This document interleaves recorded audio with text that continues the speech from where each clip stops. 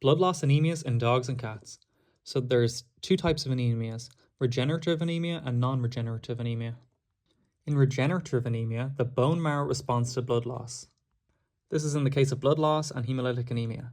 In non-regenerative anemia, the bone marrow fails to respond, and this is in the case of iron deficiency and endocrine disorders.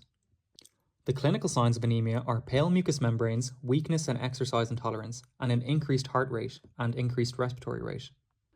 And there can also be a weak or bounding pulse.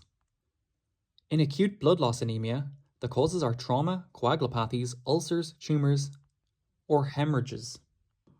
The signs are hematemesis, which is vomiting blood, and melena, which is black tarry stools, and hemothorax, which causes respiratory distress and dull heart sounds, and hemoperitoneum, which causes abdominal distension.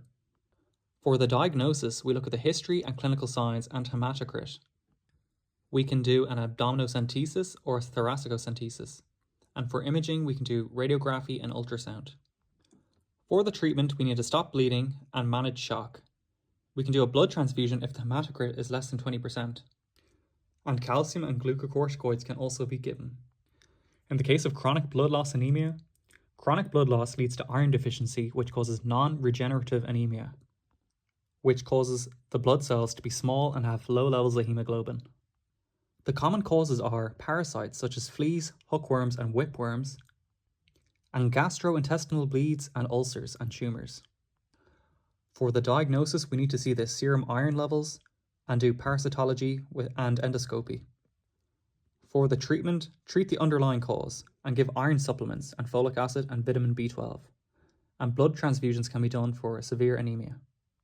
So for the key diagnostic tools, the reticulocyte can tell whether it's regenerative or non-regenerative anemia.